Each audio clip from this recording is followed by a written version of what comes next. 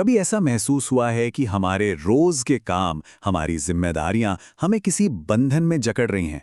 तो चलिए आज गीता के ज्ञान से इसी रहस्य को खोलते हैं कि कैसे हम अपने कर्मों के बीच ही आजादी पा सकते हैं।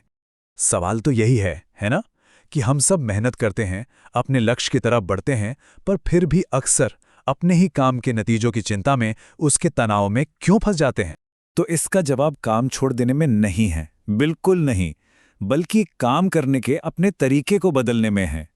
गीता हमें यही सिखाती है कि कर्म ऐसे कैसे करें कि वो हमें बांधे नहीं बल्कि मुक्त कर दे।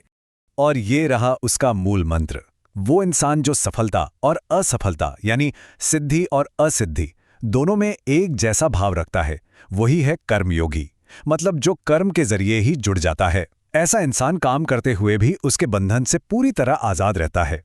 अच्छा, यहां एक बात समझनी बहुत जरूरी है। अनासक्त कर्म का मतलब आलस करना या काम से भागना बिल्कुल नहीं है। इसका सीधा सा मतलब है अपना कर्तव्य पूरी मेहनत से करो, लेकिन उसके नतीजे को, उसके फल को अपने ऊपर हावी मत होने दो। मन की इसी संतुलित अवस्था को समत्व कहते हैं। सोचिए, जब हम जीत, हार और सुख दुख के भाव से ऊपर उठकर सिर्फ अपने काम पर ध्यान लगाते हैं, तो हम कर्म के बंधन से अपने आप आजाद हो जाते हैं।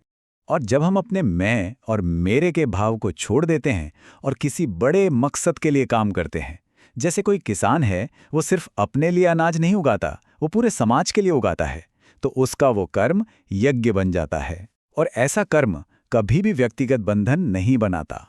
तो ये तो हुई कर्म की बात, पर ये दर्शन सिर्फ यहीं तक सीमित नहीं है।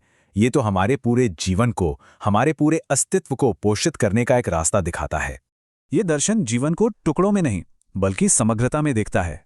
देखिए, शरीर की पुष्टि होती है अच्छे भोजन और व्यायाम से, हमारी इंद्रियों की होती है संयम से, मन की पुष्टि होती है अच्छी इच्छाओं और कामनाओं से, बुद्धि की ज्ञान और सही गलत की समझ से, और आखिर में आती है आत्मा, जिसकी पुष्टि होती है स्वधर्म यानी अपने कर्तव्य को समत्व भाव से पूरा करने से।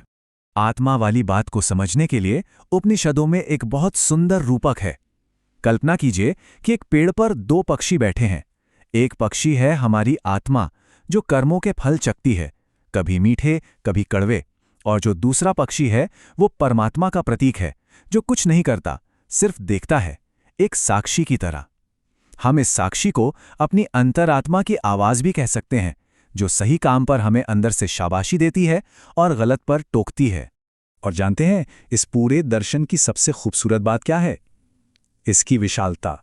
ये हमें किसी एक रास्ते पर चलने को मजबूर नहीं करता, ये तो अनगिनत रास्तों को स्वीकार करता है। आप देखिए, भारतीय दर्शन में कितने अलग अलग विचार हैं। द्वैत है जो मानता है आत्मा और परमात्मा अलग हैं। अद्वैत है जो कहता है दोनों एक ही हैं। और तो और नास्तिक मत को भी बहस और विचार के लिए जगह दी गई है।